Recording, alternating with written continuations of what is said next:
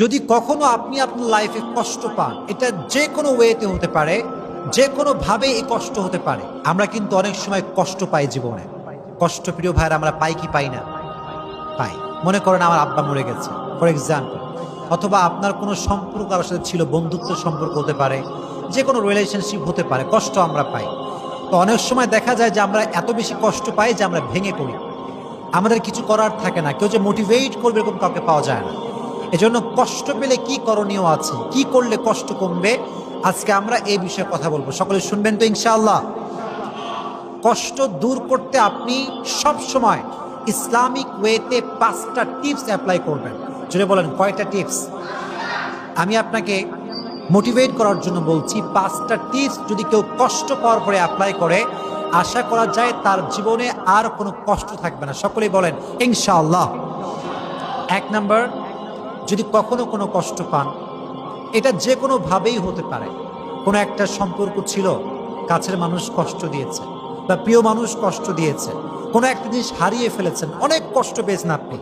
প্রথমে আপনি যে কাজটা করবেন সেটা হচ্ছে you have to put your trust on your lord. আল্লাহর উপরে ভরসা রাখতে হবে যে আমার লাইফে ভালো যা ঘটে, খারাপ যা ঘটে, এটা সব কিছুই ক্ষমতা একজনের হাতে। তিনি কে? তো যখন কষ্ট পেয়েছেন, ভালো করে বলছেন, আমার দিকে তাকান।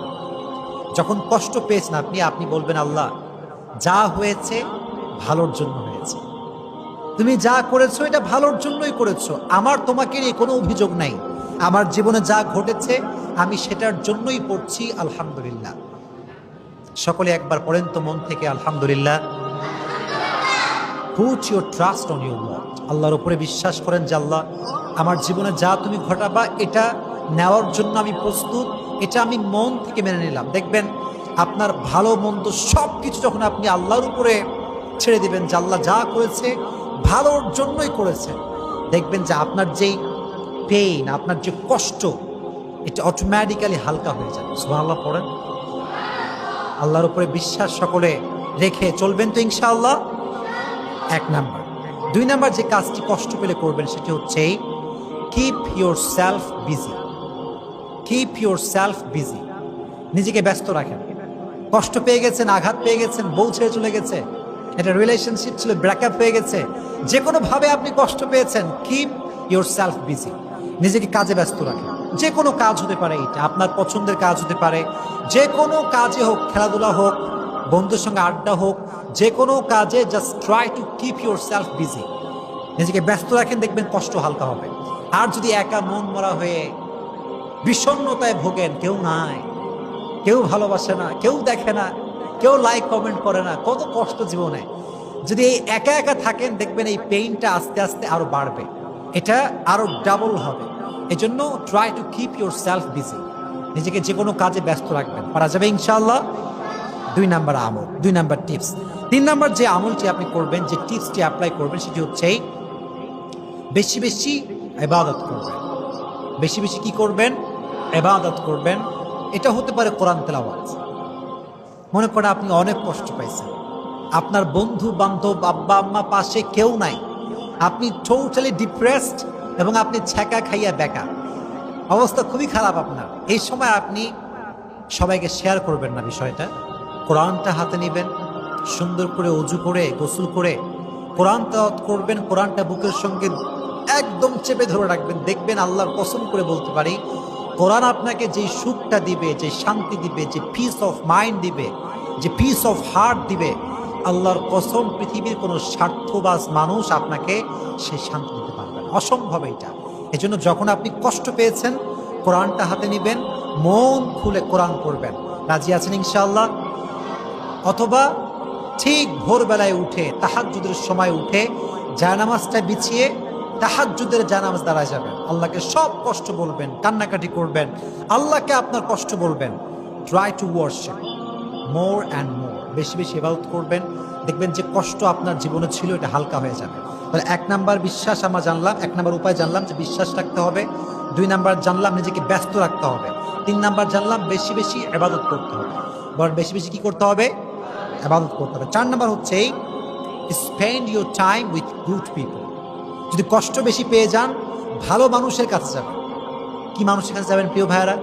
ভালো মানুষ যারা, যাদের চরিত্র ভালো, আচার আচরণ ভালো, এটা বেশিরভাগ ক্ষেত্রে আলেম ওলামার মাঝে পাওয়া যায়। স্কলার যারা, তারা ভালো চরিত্রের হয়। হুজুরদের কাছে যাবেন, ইমাম সাহেবের কাছে যাবেন, কথা বলবেন, দেখবেন মনটা অনেক হালকা হবে। একটু যখন কষ্ট পাবেন তখন আপনার সময়টা আপনি খারাপ জায়গায় দিবেন না, গান শুনবেন না, মোবাইল ফোনে বাজে ভিডিও দেখবেন না, ভালো মানুষের কাছে গিয়ে সময়টা কাটাবেন। রাজি আছেন ইনশাআল্লাহ?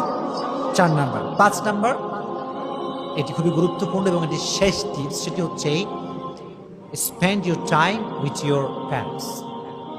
আব্বা আম্মার সঙ্গে সময় কাটাবেন।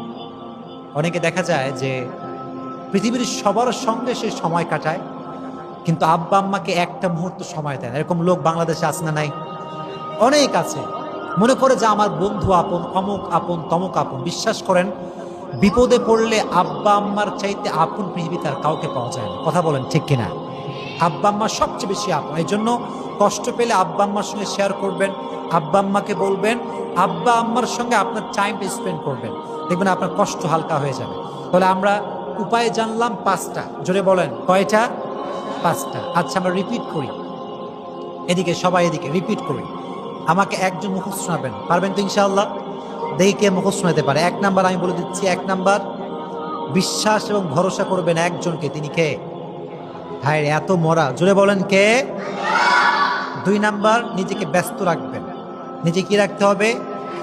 3 নাম্বার, বেশি বেশি ইবাদত করতে হবে। বেশি বেশি কি করতে হবে? 4 নাম্বার, ভালো মানুষের সঙ্গে সময় কাটাতে হবে। আর 5 নাম্বার হচ্ছে আব্বা আম্মার সঙ্গে সময় কাটাতে হবে। আচ্ছা, কেউ কি আছে আমাকে বলতে পারে 5টা? আচ্ছা বলো, আমি সাহায্য করবো। কেউ নাই? কেউ নাই, মুখস্থ করে নাই কেউ। আচ্ছা, 1 নাম্বার, বিশ্বাস রাখতে হবে। সবাই বলেন 1 নাম্বার কি রাখতে হবে? 2 নাম্বার, নিজেকে, মাশাআল্লাহ। 3 নাম্বার, বেশি বেশি, বাচ্চাদের ব্রেইন বেশি, তোমাদের ব্রেইন নেই, তোমরা মগা। 3 নাম্বার, বেশি বেশি কি করতে হবে? ইবাদত করতে হবে। মজা করলাম। 4 নাম্বার হচ্ছে ভালো মানুষের সঙ্গে, এই তো মাশাআল্লাহ। 5 নাম্বার, বাবা মায়ের সঙ্গে সময় কাটাতে হবে। দেখছেন, এই বাচ্চাদের নলেজ বেশি, মাশাআল্লাহ। তো আল্লাহ যেন আমাদের সবাইকে এই কাজগুলো মানা এবং বোঝার এবং আমল করার তৌফিক দান করে। আমরা সকলেই পড়ি আমিন।